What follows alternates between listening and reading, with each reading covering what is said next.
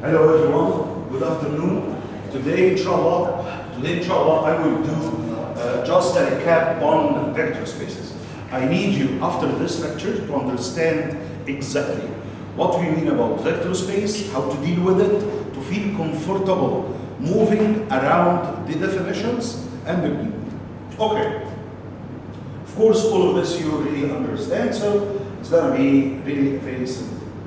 Of course, matrices, linear system of equation, determinants, and we will start by vector space. Remark, that's your second term will contain, probably, will cover vector space, linear mapping, eigenvalue and eigenvectors, and the inner products, and it will remain just only the analytic geometry if they do exactly as the plan in the last year. So we still have 1, 2, 3, 4 we will need to cover as fast as possible.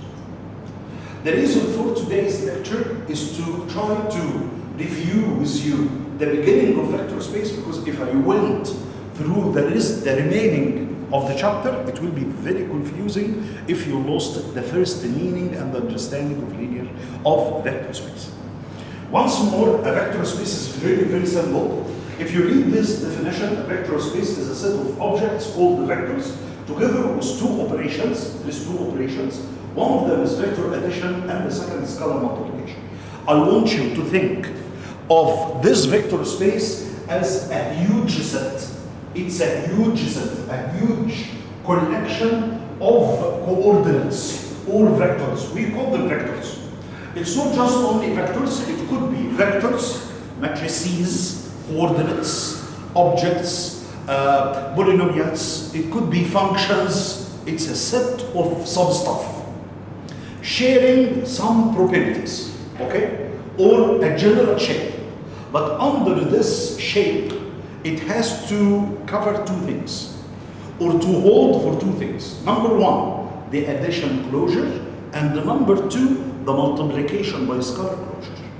The first thing, what's the addition closure?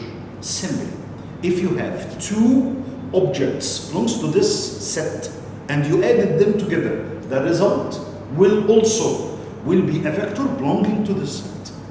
So that's the addition closure. Of course, there is points with the addition related to the addition properties, like commutativity, like associativity, like the existence of an origin, like the existence of a symmetry. What's the symmetry of an element? Let's say, if I have a vector in R2, 1 and 1, the symmetry for 1 and 1 is -1 and -1, which is the inverse in sign. So, under the addition, you have how many conditions? 5 parts. The commutativity, the result of the addition, the associativity, the distributivity, we will go through them.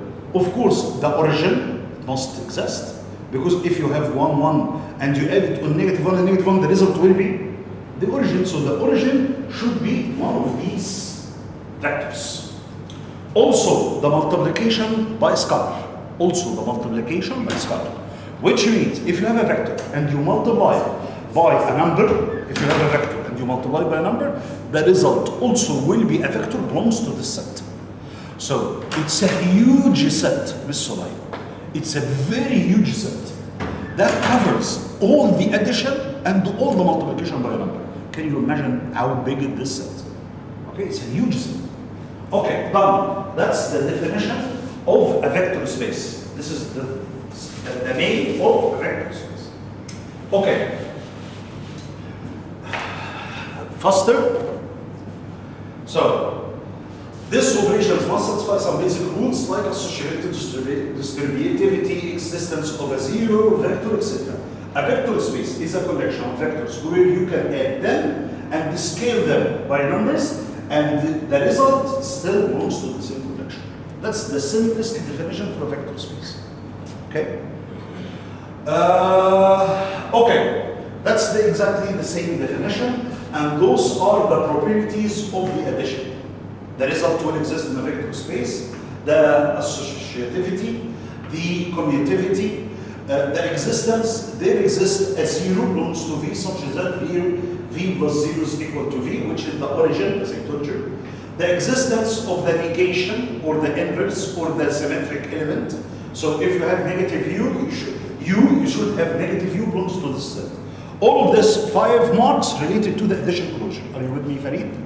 There is another 5 properties related to the multiplication by scalar.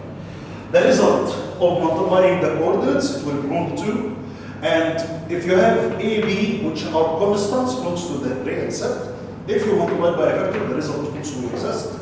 The distributivity on either a constant on 2 vectors or 2 constants on 1 vector, this already exists. And the most of all, the existence of identity of multiplication.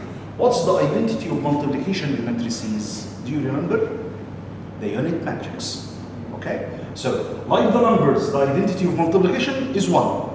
But in matrices, the identity is unit matrix, and so on. Okay, all of this should be satisfied in order to have a vector space.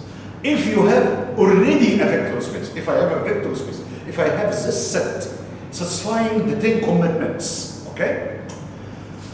First of all, for each vector, its symmetric is unique. What's the symmetric, John? The inverse of the numbers. So if I have 1 on 1, the symmetry, it must be a unique, just only one number. Also, if you have a scalar and you multiply by the origin, the result will be the origin of this vector space. The origin of a vector is the origin of this vector space. So if I have a general vector, x and y, the origin of this vector is going to be 0 and 0, which is the origin of R2. Okay? That's the discrete property. The existence of the negative, and if AV equal to 0, you have 2 options. Either A is equal to 0 or the vector by itself is the origin. Now I'm going to talk about subspace. What's a subspace?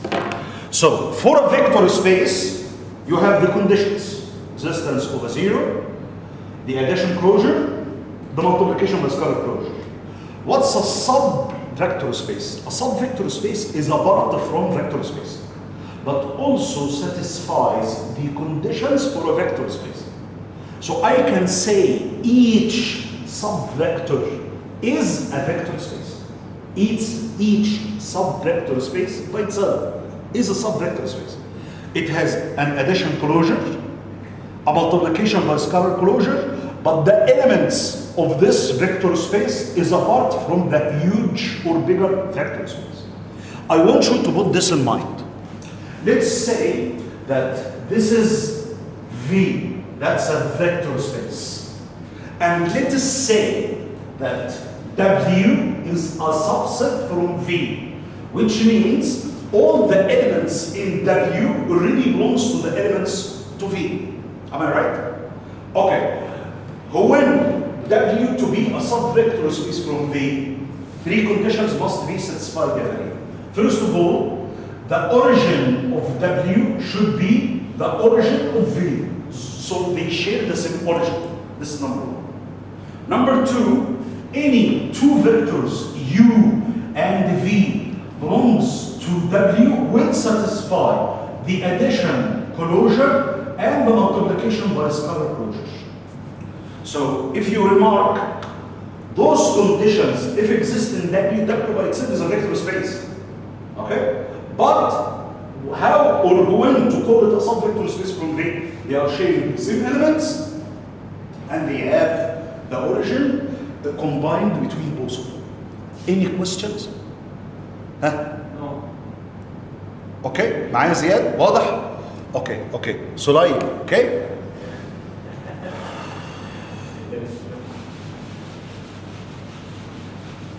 So, according to the nature of our exams, you will have statements, yes, yet you will have statements. This is why I'm stressing on how to understand the difference between a vector space and subvector space. Because as you saw in the previous exam, he can say, state which of the following statements is correct, or show which one of them, and you will depend on these definitions. Okay. Let V be a vector space, and W is a subset from V, so W is a part from V. But under certain conditions, it will be a subvector space. Okay? So, which means W may be a subset from V, but not vector space, a subvector space from it. Do you read what I'm saying? W is maybe a subset from V. That's not a necessity condition. If it is a subset, to be a subvector space. It will be a subvector space if the 0 of V is equal, belongs to W. Number 2, U plus V belongs to W. Number C, multiplication by scalar belongs to W. If you remark, these two conditions are satisfactory. That W is a vector space by itself. دول لوحدهم كافيين ان يخلوه vector space. طيب امتى يبقى sub vector space? All the elements of W are shared with V. Plus the origin of W is exactly the same the origin of V. Then this subset will be a sub-vector space from V. Okay? This will lead us to these two statements which are important. The first statement states that any vector subspace of a vector space V is a vector space. This is what we were talking about. This is the first statement. Second statement, any vector space V is a vector subspace of V of itself. Okay? Just hold on a second. Okay. For this set, does it represent a subvector space from R2? Why? Why it's not? It's 0. Okay, because number one, I want you to understand what's written. So like, can you tell me what's written? It is the set, okay, of how many coordinates? Vectors, but with two coordinates. And those two coordinates must satisfy for any value of A belongs to R, any number, that the first component will be less than the second component by 1. Okay. This is already a subset from R2, but is it a vector subspace of R2? I will have to check. So I will check the additivity property. If you check the additivity property, it will be satisfied. So number one, if I have a number, let's remark this. If I have a number like 1 and 2, and they added on 2 and 3, the result will be 3 and 5. If this property holds, let's see, the first component or the second component is greater than the first by 1. The second component is greater than the first component, just only by 1. But when you add them together, you will have 3 and 5. The second component is greater than the first by 1. So it's not satisfied.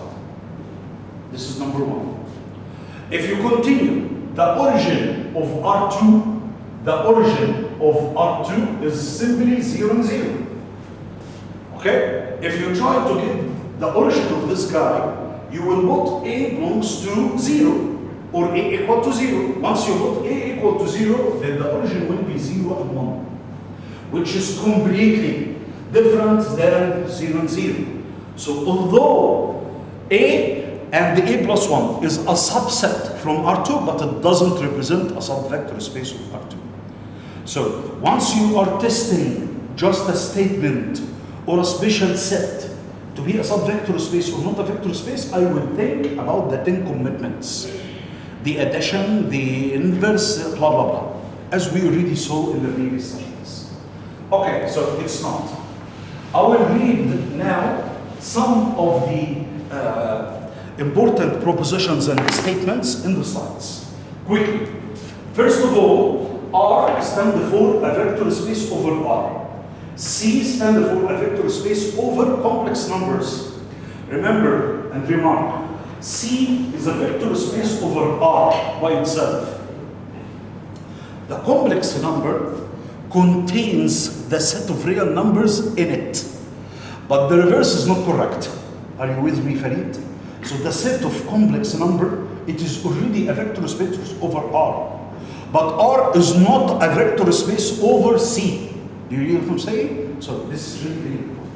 I thought to give you this slide to review it. Any set of matrices n by n with the usual sum rules between the matrices and the multiplication by scalar, it will be a vector space. Okay? So, with the usual sum between matrices, with the usual multiplication of an element by K by matrix, defined in chapter 1 is a vector space over K. Of course, over K because it's covered both sides, either real or complex numbers.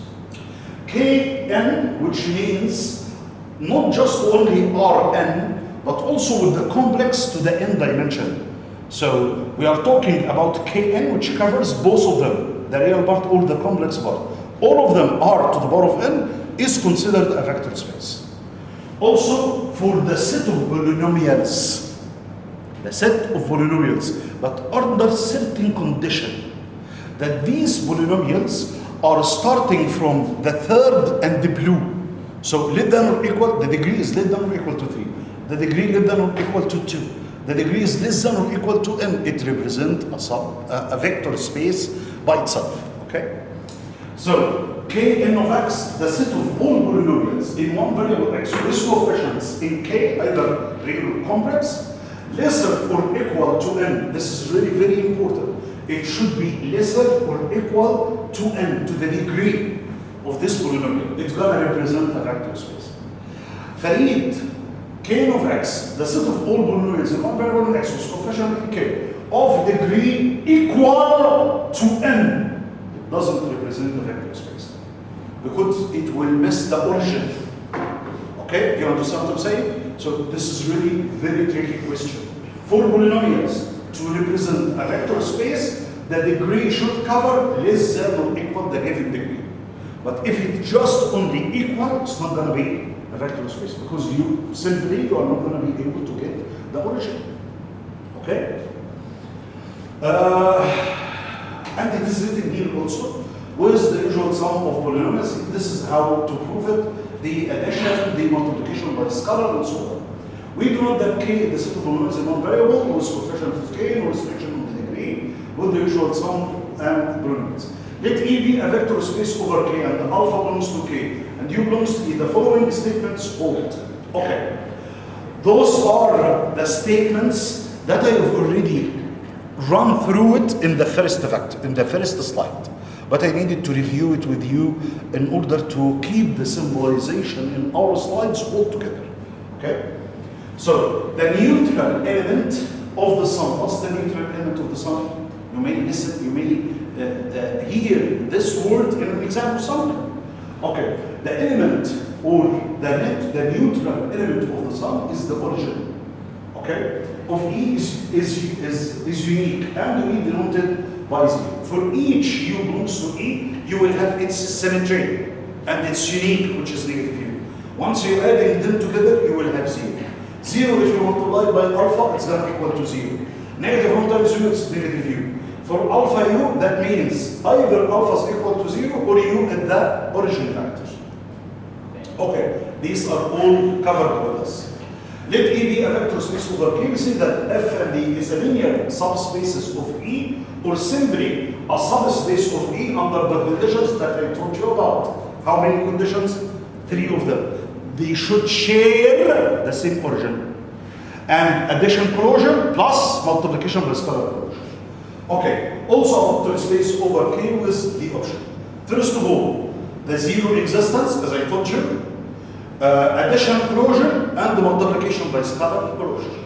Those are the main 3. Of course, F is a subset of E because they will share the same elements. So the elements in F should be a part of E. Are you with me? Any questions? Okay, perfect. Skip this part. One can say easily those are examples of subspaces or subvector spaces. So either the word subspaces or subvector spaces, they are the same. How many conditions? So 3 of them.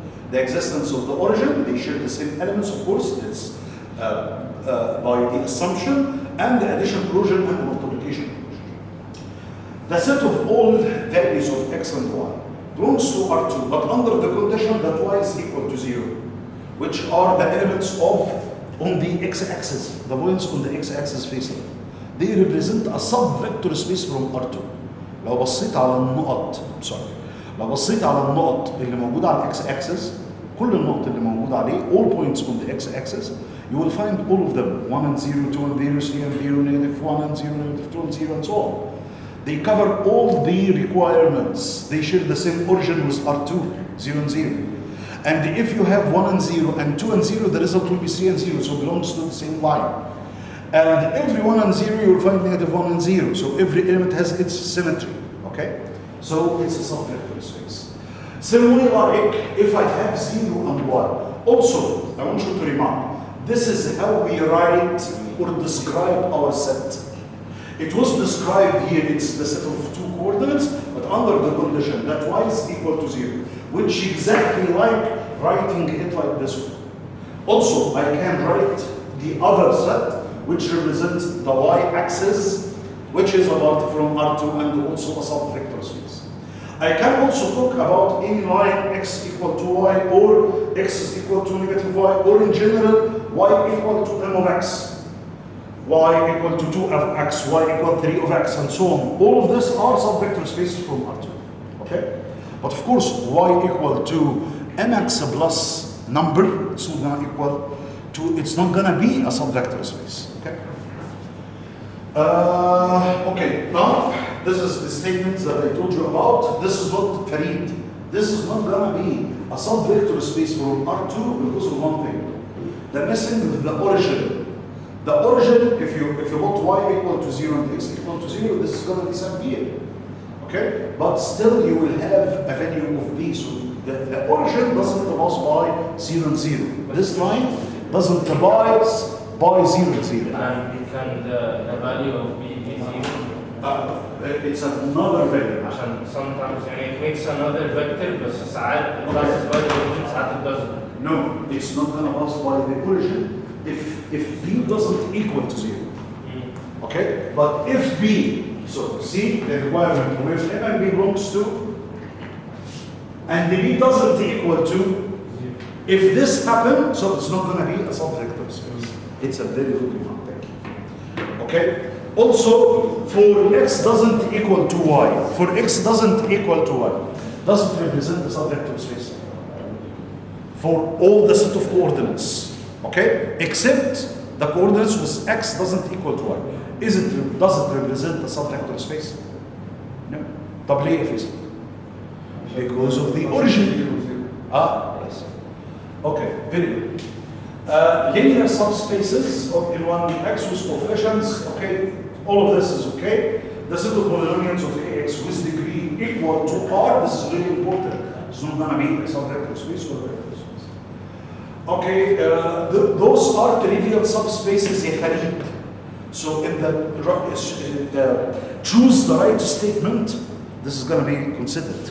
This is important to be understood. Okay? If E is a vector space over K, then E and the origin are linear subspaces of E.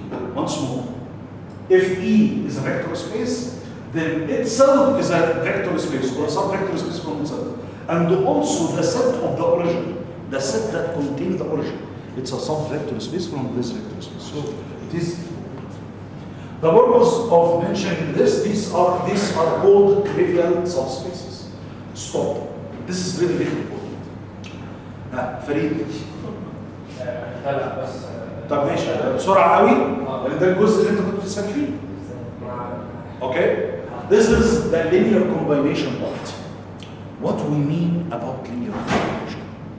A linear combination simply states that if I have a vector space and I have vectors in it, if I took any bunch of these vectors and multiply them by certain constants, which are numbers, belongs to the set of real numbers, the result will be a vector belongs to this vector space. Mainly, or based on this reality, I can generate vectors from the given vectors by just multiplying the coordinates in numbers. Let's see how it is written. It's telling you E be a vector space. So number one, it's a vector space. Okay, over K, U1 up to U are elements of E. So I have a bunch of 2 vector, 3 vector, 4 vectors, but those vectors belongs to of E. We say that V belongs to E is a linear combination of the vectors U1 up to U are F. This V is a combination between these vectors when you multiply them by constants, alpha 1, alpha 2, alpha 3, alpha 4, and so on, according to their numbers. Okay? One of the major examples that I want you to keep in mind in all times about the linear combination was this. This is the simplest one. If, for example, I'm talking about R4, and let's say I have 4, 3, 2, and 5. This is a vector in R4. It has how many components? How many coordinates? 4 coordinates.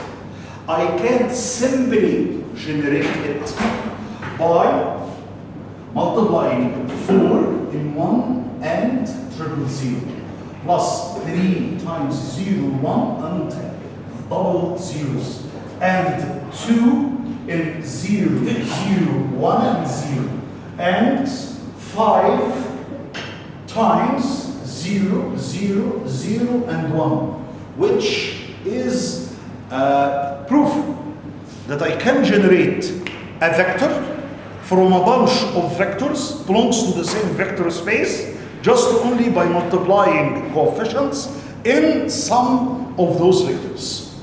فريد المعنى تاني يبقى لك سألتني في ساعة امتحان أنا أقدر أخلق أي فيكتور جديد من مجموعة الفيكتورز اللي موجودة معايا يا مستر فريد عن طريق إن أنا أختار مجموعة الفيكتورز وأضربهم في مين؟ في numbers، في constants. Okay? So the statement states that I can generate V. I can generate V. I can generate this guy from any bunch that you think of vectors, just by multiplying each vector of these vectors by a constant. Okay? This constant belongs to the set of real numbers, is one of the real numbers. That's the meaning of a linear combination. If you remark, it is already depending on the two probabilities يجمع بتوع vector space, the addition and the multiplication by scalar. Already you are adding and multiplying by scalar the vectors. Am I right? You are adding components and you are multiplying by a vector, by a constant. So this is really very important. You can be asked about this in many ways. Okay? In many ways, he can ask you about this relation, about this fact, which is a linear combination, as you can see. Of course, the set of coefficients, alpha 1, alpha 2, alpha 3, alpha 4, and so on, they are called coefficients. And the sequence of these coefficients is important, because the values of alpha 1, alpha 2, alpha 3, and so on, they has to be in ordered. So it must be alpha 1 in U1, alpha 2 in U2, and so on. Okay? So this is the linear combination. This is the coefficient, and that's the sequence of coefficients as I told you about. For example, consider the vectors U is triple 1, V is 1, 2, 3 of the vector space of R3. They are components, parts of R3. Each one of them consists of how many numbers? So like 3 components, so it's a part of R3. Can I generate from these two vectors? I want you to answer me. Can I generate from these two vectors the vector 3, 4, and 7? I want to generate this guy. Out of these two vectors, how to check? How to be sure about this? All I have to do is to put a system of equation. Let's say the same. I will say K1 times U plus K2 times V should equal to 3, 4, and 7. I will start writing vector U, which is simply K1, 1, 1, and 1, plus K2 times V, which is 1, 2, and 3. Now I will search, Ziad. Now I will search for the values of K1 and the K2 that will make, yes, system of evaluation. How to quickly find the values of K1 and K2? Simply, I will open an augmented matrix. This is the most practical and the fastest way. That's an augmented matrix. Where the first column, it's gonna be the first vector, which is 1, 1, and 1. The second column will be the second vector, which is 1, 2, and 3. And the result will be the vector that you aim for, which is 3, 4, and 7. Start work your magic in solving this system of equations. Of course, this system of equations is over-determinant, which means for this case, maybe for other cases it will be 3 equations, 3 unknowns. For other cases, it will be 2 vectors, but I'm sorry, it will be 2 equations, but in more than 2 variables. Do you understand what I'm saying? Like the questions in the exam, the 5 by 3 and the 3 by 5 matrices and stuff like that. Okay? So for this matrix, I am open to cases. It can give a unique solution, can give no solution, and can give infinite number of solutions. Okay, let's start. I will try to move. I just invented this vector out of my mind. So it may be a linear combination, or it may not be a linear combination. Let's do it together. I will try to reach an echelon form or reduce the echelon form to finalize the solution. So the first row is 1, 1, 3. I will multiply by negative and add on the second row. So negative 1 plus 1 is 0, negative 1 plus 2 is 1, negative 3 plus 4 is 1. Then negative 1, 1 is going to be 0, negative 1 and 3 is going to be 2, negative 3 and 7 is going to be 4, which will lead to the following. Okay, just wait, please. I will multiply the second row by negative 2 and add on the third row. So I will have 0, 1, and 1. Then I will have 0, 0 multiplied by negative 2 and the adding, negative 2 plus 4 is going to be 2. I don't have to complete the system. I don't have to complete the system. The answer is in front of your eyes. There is no solution. So for this case, there will be no solution. What does no solution means? What's the meaning of no solution? What's the meaning of no solution? That there is no K1 and the K2 that will make the left-hand side equal to the right-hand side. You can't find K1 and K2 that will make this vector a linear combination from these two guys, which means it's impossible. This vector doesn't belong to this subvector space. It can't be a vector coming or generated from these two vectors. معايا فريد؟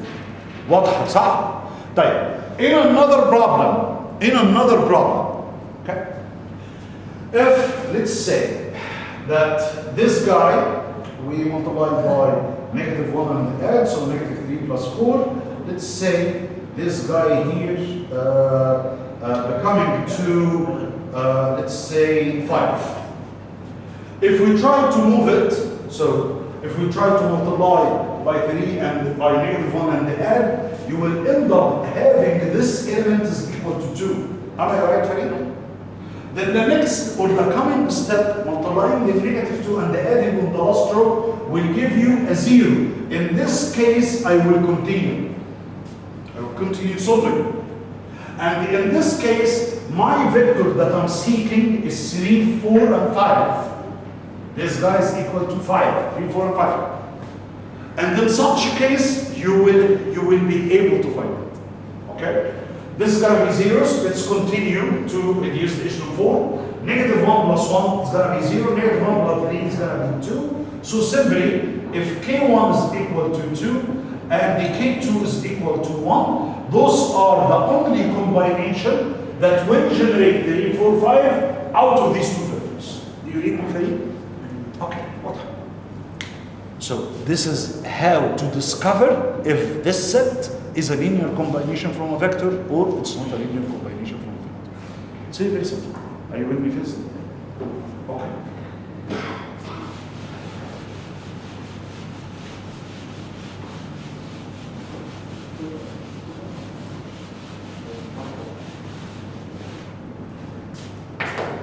The part of linear combination is very good.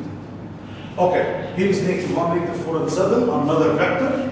I want to see them. I've solved the system, and K1 is equal to 2, K2 is equal to negative 3, so it's a linear combination. For this set of matrices, those are two elements from the vector space of a 2 by 2 matrices. I want to generate a new matrix, but considering the K1 is equal to 2 and the K2 equal to negative 3, all I have to do is to multiply the first by 2, multiply the second by 3, and add them together. I will get a new matrix belongs to the set of the 2 by 2 matrices like those ones. Okay, which is also a linear combination. Any questions? No. Okay. 0 is a linear combination of any vector. That's a very good statement. So once he's going to ask you once more about the correct statements, this is the way he will ask you. Okay? So you read, now you have the experience that when you read the slides, just be careful about the statements. Okay? This is mainly what he's going to target in the exam. So he's telling you, is 0 a linear combination of any set of vectors? Yes. Simply by choosing alpha 1 up to alpha n, all are zeros. Any vector of R3, this is a linear combination of the canonical form. This is called the canonical form. So the canonical form of R2, the canonical form of R1 is 1. The canonical form of R2 is 1, 0, 0, 1. Of R3, here it is. Of R4, continue. Of R5, and so on. Okay? This is called canonical forms. So simply, if I have ABC, I can write it as a linear combination, as you can see from all this. This is called the canonical, and that's the main shape of it. Okay. Those are the canonicals, as I told you. Before leaving this part, what's the canonical form? What's the canonical form? For example, for a matrix 2 by 3, Ziyad, what's the canonical forms for a matrix, a general matrix 2 by 3? Matrices. So matrices, it's gonna be 2 rows with 3 columns. okay, so it's gonna be 1, 0, 0, 0, 0, 0, and multiply by 8. Then add on it 0, 1, 0, 0, 0, 0, and then multiply by b, and so on. Okay, and so on. Each time I will replace one of the elements by 1, while the other elements are zeros. Okay, so actually, how many components exist in the canonical form of a matrix 2 by 3? 6 of them. Okay, 6 of them. Okay, and the result will be A, B, C, D, E, and F. That's the shape.